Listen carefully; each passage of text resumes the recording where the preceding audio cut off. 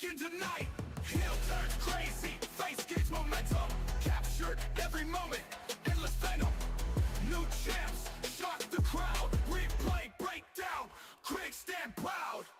Raw emotions, no disqualifications. Table smashes, fierce altercations. Belt changes hands, crowd erupts. We dissect each drop kick, no one interrupts. Friday night fights, Grun's room delight. Hit the play button, commentary tight. Top rope bleep, slams in sight. Podcast reverberates, breaking tonight.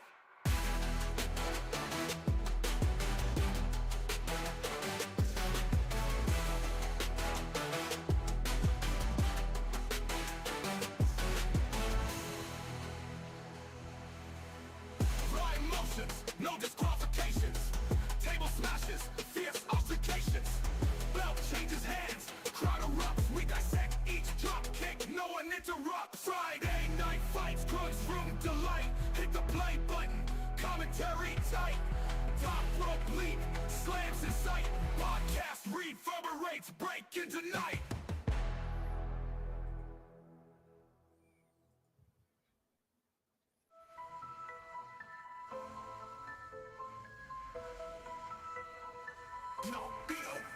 Bang.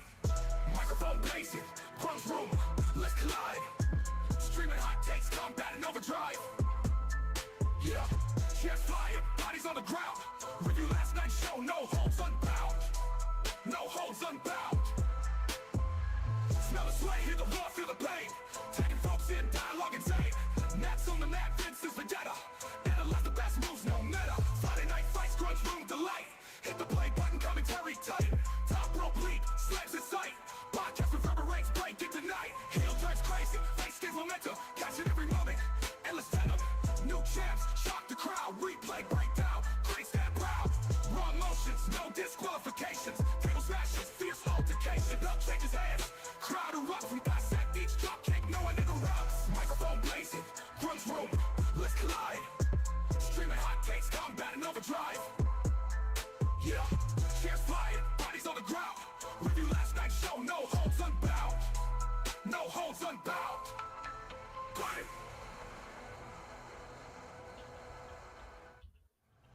Thinking over once. You can't rule, you know. I'm with the right.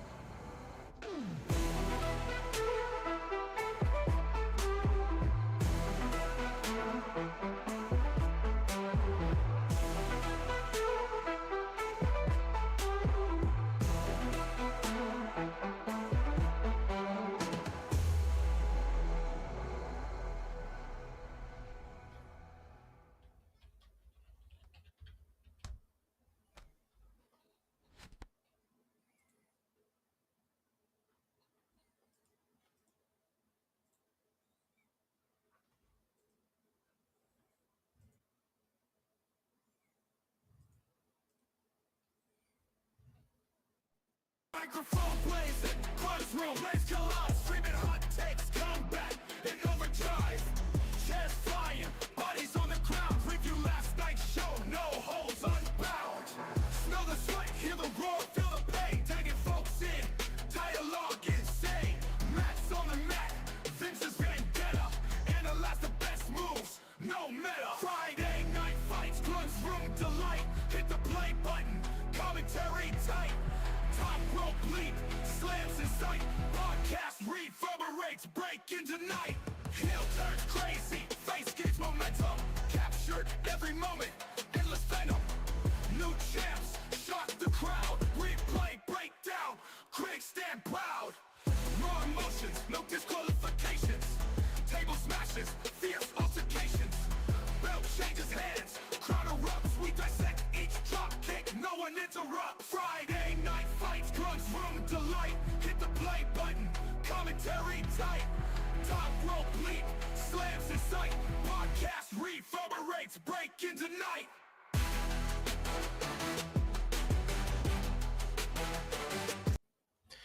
What is going on? It is the Grunmeister, and it is a Friday night. You know what that means. It is time for Grun's Room Smackdown Review Preview Show, and holy hell. I know it seems like the world's falling apart out there, but here's what we can promise you: we don't need to worry about the world falling apart. Okay, because pro wrestling in WWE is falling apart as well. It seems. So let's alter our fear to pro wrestling and how and how WWE seems to be completely going in the opposite direction that we want them to go. Um, before we get any deeper into that, you check out all of the In Your House Wrestling podcast shows, including Monday Night Raw Review, hosted by the voice Joshua Joseph, co-hosted by myself, the Blue Eyed Villain, as well as the Chaos Goblin, Kevin Calloway. Then you got to check out the renamed show, not not it's still Alacon the Concept House and Annie O'Neill. They have They have changed the name, but they are going to be focusing specifically on women's wrestling because you know what, women's wrestling is on a completely new level right now, and we got Uncaroni Cheese saying he is happy to see AJ Lee back, and I mean, yeah, I can't blame you, Uncaroni. I can't blame you for being happy with that. That AJ Lee was a very influential. Well, thank you. I have changed the nameplate a little bit. It is going to match the colors of my back screen, which is really cool. Women's wrestling doesn't get enough attention sometimes. It does not. And on the topic of that, I remember they had just announced Evolution out of nowhere, like, yeah, we're doing Evolution too. Hope you guys enjoy it. And we're like, okay, cool. Like, got a lot of great women's wrestlers. Can't wait for the stories leading into it. Stories felt very lacking, very last minute, very not. The show felt like it was an afterthought, at least in the build up to it. At least going into it, it felt like an afterthought. However, it was rather a very good pay per view, and they didn't sell very well. And I'm guessing if they had maybe promoted it better, the tickets would have done well. So, hey, WWE, you had actually, quality wise, a very good pay per view with all women. It didn't do well because you didn't promote it well enough. Come on. Voice Joshua Joseph jumping in. Very true, but it's way better than before and continues to get better. So let's take the win. Yeah, exactly. Let's take the win because yes, women's wrestling is on a completely different level now. Well, all pro wrestling is on a completely different level now. And we got to be happy about that. Now, like I said, check out Annie O'Neill, Alacon, the Concept House, as they talk about women's wrestling. Check out ECW Watch Along, which seems to be our number one show, guys. Love that you guys love the ECW stuff. Because, yeah, old school WWE was very different. And you know what? You can make an argument that it's still very enjoyable today. Because, well, you don't see it. They were the originators of the death matches, really, that we see today. Hey, so yeah, of course, brother. I got to show love to the ECW Watch Along, which does appear to be our number one show in IYH. Which, hey, you know what? Hey, we're happy that you guys love one of our shows. You guys should love all of our shows. Let's check out the Sunday house parties, which I do believe that we will be moving them. I think it's temporary, but it might be permanent. We'll be moving the Sunday house party. It will become the Saturday house party. I'm sure we'll be talking more about that this Sunday when you check that out live at the Sunday house party. Check that out. Now check out all the content at IYH. And now before we get into SmackDown, let's talk about this because well, it's been no secret that TKO has seemed to be very focused on increasing the profits for WWE, which is always concerning whenever you hear that with any company, that the new owners want to increase profits. Never sounds good. It never feels like it goes well. And TKO is honoring the contract that they have with Saudi Arabia, or WWE has with Saudi Arabia, which included something that we did that was discussed, that was mentioned in the contract, but we just kind of sort of forgot about because we're kind of hoping that it wasn't ever actually going to happen. But it is happening. If you missed the news is that in 2027, WrestleMania is going to Saudi Arabia. Yeah, no one's excited about this. Nobody likes this.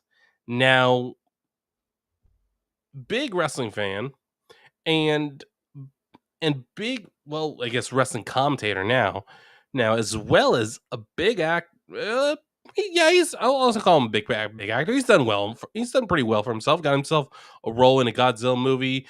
Played his dad in a very in a movie depicting his dad's music group, or well, rap group that really changed the music industry forever. O'Shea Jackson Jr., who, if you don't know that name, like O'Shea Jackson Jr., who's O'Shea Jackson Sr., Ice Cube. So, yeah, not a guy that messes around. And, I think yeah, like, look, I think a Shield reunion would be great. And it, unfortunately, yeah, I can see it. That would make them a lot of money, and maybe this actually ties in to what O'Shea Jackson Jr. Has posted on X. Hear me out, he says. We all know TKO trying to make that money back, right? That's why the skyrocketing ticket prices and yada yada yada. Maybe all these Saudi Arabia shows help things get back to normal a lot faster as far as that goes. I don't know how much they paid, but I know they don't care how much they pay. Can you dig it? I I can't, like, I see his logic, and he's trying to give us hope that this is just temporary. That is what he's trying to be a positive influence on, and trying to convince everyone to keep hope that WWE will not be this way forever. Ever. And I want to believe that he's completely 100% right. And now, bringing Dean Ambrose back would be a lot of money, because it would cost him a lot of money, but at the same time, they would make a lot of money because people would love to see the Shield one more time. Maybe, and now I personally did not really like the triple threat match that they originally did, but I don't know. Maybe I expected more from it than what I got. But I mean, a Roman Reigns, Seth Rollins, Dean Ambrose match today, like, yeah, you can take my money for that. Okay, the voice in chat saying, well, they can go over there then for a year and price everyone to not care about them. Cool strategy. I look, I think O'Shea is just, I think he's just a diehard wrestling fan, really trying to look on the bright side and trying to convince everyone else to join him on the right side lane. And I can't be mad that he's trying to keep people in love with pro wrestling, because yes, we all agree that in a quality sense, this is the best pro wrestling we've seen from WWE in a very long time. Yes, they've had slumps, but those slumps have been short, weeks maybe, and then all of a sudden we're reinvested. Like, wait, yeah. No, I agree. Yeah, I can see that. Yeah. So the voice is even saying that he's not mad at O'Shea, he's mad at TKO, and yeah, and his stupid business plan. Yeah. Yeah. I definitely have the concern that this is going to be one of those businesses that, now that Vince McMahon no longer own it, we'll use WWE as an example. Vince McMahon used to own it. He no longer owns it. Vince McMahon never, and this was recently confirmed, that Vince McMahon always kept the ticket prices in the range that he did. That way, so families and the average fan that doesn't make 100K a year or can afford to go to shows. Now, unfortunately, it does. I have the concern, I think a lot of people do, that all TKO is going to do is they're going to increase the value of WWE, at some point sell it, and then WWE is going to get passed around, like, insert whatever you want to put in there, because either way it's not good, because it never ends well for that company getting passed around. Its identity will eventually get lost, and we the wrestling fans, like, look, if Vince McMahon could buy back TKO, I imagine most of us would be like, well, like, is he gonna fire Triple H? Is he gonna fire Nick Khan? At the most, we probably get a little bit more Vince McMahon shenanigans, and that's probably about it. Because I think Vince would be able, now that he's on the outside looking in, I I would hope that he at least sees that, you know what, you know what, the product is doing really well without him, and I'm sure that hurts him on a pride level. Well, but I I don't know. Like, look, I also know this is not going to be that TKO is not going to fix this in a year. This is a problem where they need to make their money back. At best, it's going to take them 10 to 12 years to make their money back. Obviously, they want to make it quicker than that, because second they do that, second they're in the black, they can not take as many risks, and they can maybe lower the prices, hopefully. But it's like that's going to be some time, and there is no guarantee that they're going to be able to keep filling up these large arenas and stadiums. There's no telling what direction things are going to go in. It is definitely a daunting time in WWE, where and Voice posted this in our private chat, and yeah, the talent that were there at the press conference today, where they announced that Saudi Arabia was going to get WrestleMania in 2027. Yeah, you can tell they tried to not look miserable, but they did not look happy about it either. They're Logan, I think he tried to smile, but I think even he knew, like, yeah, this is a business, this is a plan for TKO and WWE to make money, but this isn't a good plan. But unfortunately, it was already in the contract a long time ago. Hope now, I don't know, because TKO might sign a new contract with Saudi Arabia. If they do sign a new contract with Saudi Arabia, it'll probably be for a lot more money, and probably for another 10 years, because maybe more. I don't know. But the issue there is going to be that people want WWE ticket prices to go back to an affordable rate for everybody. Um, and it's just right now, it's not going to do it. What's Uncaroni cheese? I would want to see him in Royal Rumble, maybe a one-time return, but put in Raw. I doubt he would rejoin. Okay, so you're saying you doubt? Yeah, I don't think Dean Ambrose would. I think John Moxley. I I I am a fan of John Moxley, but I don't I don't think he I don't think he wants to do anything that involves teaching. Now you're good on Coroni and Cheese. It's okay if it was a late reply. Probably I Moxley does not seem like someone that wants to be a teacher. He doesn't. Um like, And like even if he does, like he definitely seemed like he was enjoying himself with Blackpool Combat Club, but it's like you could tell like they're not happy about this. No one in AEW, though, it's been said numerous times that it's being reported from multiple sources, from multiple people that either currently working in AEW or used to work in AEW, said no, nobody likes it there. Nobody's happy with Tony Khan running it.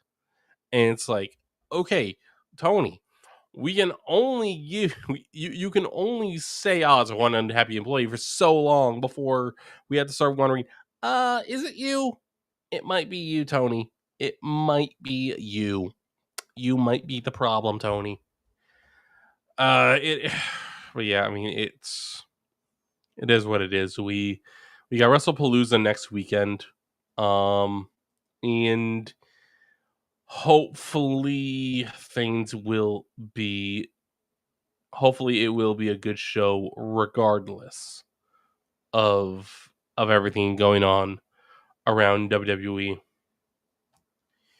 But speaking of WWE and speaking of AJ Lee, yes, AJ Lee made her return. So WWE, thank you so much for making me look like a fool every single time when I say something. Okay, so great. All right. So now that I've said John Moxley isn't going to return, he's going to return next week. He's going to compete against Seth Rollins for the World Heavyweight Championship. He's going to beat him. Then Roman Reigns is going to come out celebrating with a beer. Then Dean Ambrose is going to hit him with a stunner. Kevin Owens is going to come out. Hit a stunner, then stunner from Stephanie Vaquer to Dean Ambrose for whatever reason. Then Rhea Ripley's going to come out, and I don't know, Tombstone pile drive Stephanie Vaquer for no reason. Then Alexa Bliss is going to come out, skip around with AJ Lee for whatever freaking reason. I might as well say the craziest thing ever, and it'll probably happen. But yeah, like I thought it was just I thought they were just being way too on the nose with it, but I guess not. I guess they were being truthful. They were bringing back AJ Lee. AJ Lee confirmed on Monday Night Raw that she and CM Punk will be competing against Seth Rollins and Becky Lynch at WrestlePalooza on the ESPN app or ESPN Plus. We're gonna find out how we access it at some point. Hopefully, it is not as expensive as we've been dreading that it's going to be, but it's probably going to be $30, unfortunately. But the show started with John Cena coming out and giving praise to Chicago, talking about his run, talking about his last hurrah, his retirement tour, and talk about how important Chicago has been to his career. When CM Punk beat him at Money in the Bank, and all the way back to 2002, June 25th, I believe he said. On that day, Kurt Angle issued a challenge to the locker room for someone to prove that they could match his intelligence, his integrity, and his intensity. Yeah, John Cena came out that night for the very first time in WWE history. John Cena made his debut June 25th, 2002. And Kurt Angle asked him, "What's your name, punk?" His name was John Cena. He said, "I'm John Cena." Kurt Angle asks, "Well, what do you have that makes you think you can beat me?" 2 words: ruthless aggression. John Cena slaps Kurt Angle. Kurt Angle would go on to win that match. But that was the start of John Cena's legendary career in the WWE. And that was in Chicago. Oh, and now John Cena was about to walk out of SmackDown for the very last time as an active participant of the WWE roster before he's interrupted by Sami Zayn. And Chicago was mad. They were mad that Sami Zayn came out. They were mad. They were mad. They were mad. Like almost if CM Punk would have lost at Money in the Bank in 2000. 12, 13, something like that. 2011, somewhere around there. Um, and Sami Zayn said he's going to bring back the U.S. Open Challenge, which sounds like a good idea. I like it. Should be fun. And he decided Sammy wanted to open the U.S. Challenge, wanted to start the U.S. Open Challenge tonight on SmackDown, or last week on SmackDown against John Cena, because Sami Zayn's first match on Raw or SmackDown was against John Cena in a U.S. Championship Open Challenge. And Sami Zayn would end up losing, but it was our introduction to Sami Zayn. They had a very good opening match that would end in disqualification no contest, due to the return of the Beast Incarnate, Brock Lesnar. And with the return of Brock Lesnar, he laid out John Cena, laid out Sami Zayn, and then backstage, while they were at commercial break, he had a message for John Cena, and that message was, "I'll see you at WrestlePalooza, bitch." So we have confirmed that John Cena will be taking on Brock Lesnar at WrestlePalooza. Hopefully, that will be the only match those two face off in. Because I don't want Brock Lesnar to be taking up multiple of these appearances that John Cena has left. I want the rest of his appearances to be literally anybody else. Anybody else, bro. I don't want Brock Lesnar to be his final opponent. Up next, we had Aleister Black versus Damian Priest. Damian Priest was making his entrance, and then just as he got to ringside, Aleister Black ran down the ramp, attacked Damian from behind, and Aleister actually and eventually used the referee as a distraction to knock Damian out with the Black Mass and picked up the win over Damian Priest. So this feud is going to go on for a little bit longer. Cannot wait. It should be fun. Then we had the women's United States Championship match where Micha would challenge Julia. Now, Kiana James did try to interfere multiple times. However, wouldn't really pan out for her, but it would give Julia enough time to recover and to set up for the Arrivederci. The Arrivederci. Gee, I'm not good at it. Do I sound like I know Italian? And um Julia won with her knee strike finisher. And then we had our main event segment where AJ Lee returned after Becky. I love Becky Lynch and Seth Rollins. Becky and Seth Rollins are the two best things going in WWE right now. Now, without a shadow of doubt, Becky egging CM Punk on, Seth Rollins talking all the smack about Chicago. Becky Lynch also talking smack about Chicago, except the Chicago Bears, because for whatever reason, Seth Rollins likes the Chicago Bears. I don't think that's ever been explained, or I don't think I've ever heard why Seth Rollins likes the Chicago Bears, but whatever. That's your choice. CM Punk says, "I'll never put my hands on a lady." Ask Beth Phoenix. I think she would argue with that. And he said, "But thankfully, I brought someone who would." AJ Lee's his iconic "Light It Up" song hits the screen, everything. It was AJ Lee. AJ Lee's back with a six pack. Yeah, that is a six pack she has, and she's more fit than ever. She's not crazy anymore, although I think I it might be more that she controls the crazy now and is going to unleash the crazy onto Becky Lynch. Oh God, what? Oh my God. voices saying he should have had Benoit come out. He would have handled. Oh, that is bad. That's bad, Josh. I love you, brother, but that is bad. Oh, no, no. We do not condone what Benoit did. Okay, we do not. Okay, it is very hard to forgive Benoit for what he did. Okay, most people would not forgive that. That's okay. Wait, what did he do? I know what you're going. You little rascal. I know what you're trying to do. It's not going to work.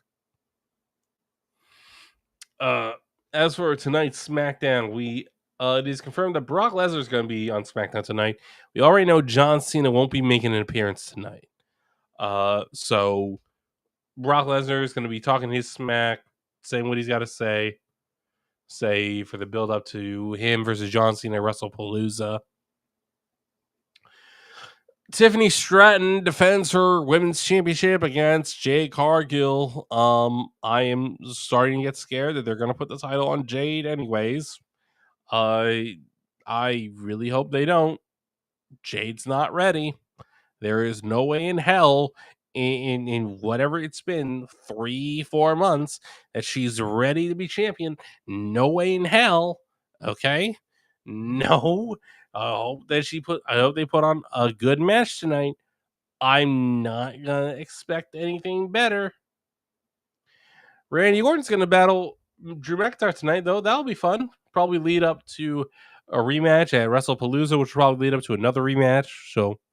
I'm I'm not bad at this. A feud between Randy Orton and Drew McIntyre. Cody Rhodes probably still busy filming his stuff for what is it? Street Fighter, I believe it is. The Street Fighter movie. I mean, video game movies. I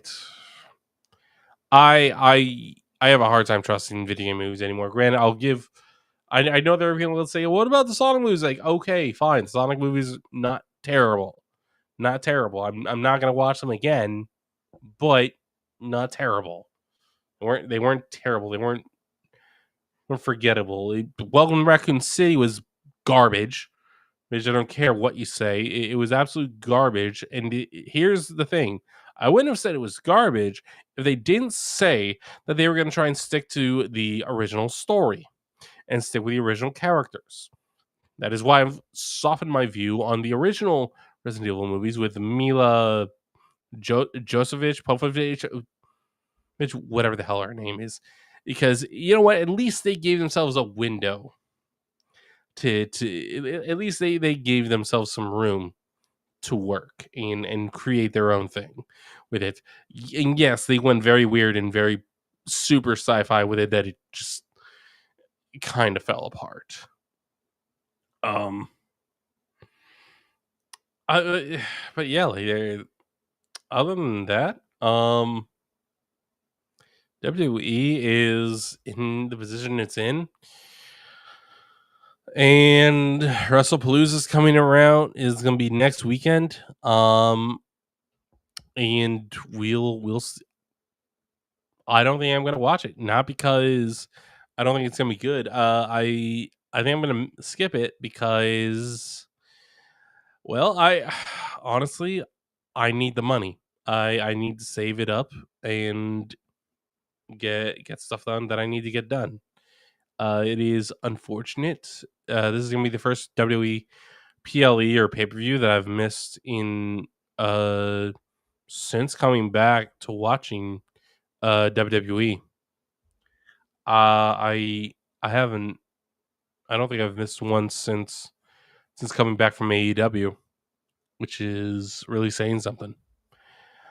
I hope that WWE continues to put out good product. I hope that tonight's SmackDown is going to be great. I am out of things to talk about for the night, so I guess we'll leave it there. Thank you guys for tuning in. Thank you guys for hanging out. I appreciate it. Tune in to all the IYH content that we are putting out. Monday Night Raw review, view. Bouquet, the women's bouquet. I'm sorry, they gave me the name and I totally forgot the name of the new show. But tune in Wednesdays, Team IYH on Twitch, which In Your House Wrestling Podcast on YouTube, on Facebook, look on X. Tune in Wednesdays when Alacon the Concept House and Divinely Designed Annie O'Neill talk about women's wrestling. I mean, tune in to the ECW watch alongs with the voice Joshua Joseph and Alacon the Concept House on Thursdays. And tune in to the Sunday/Saturday house parties. Where you have no idea what kind of chaos is going to happen. That's why those are my favorite. Tune in. I will check you guys later. Have a good Friday night. Have a good weekend. Have a great week at work. I will see you guys next time.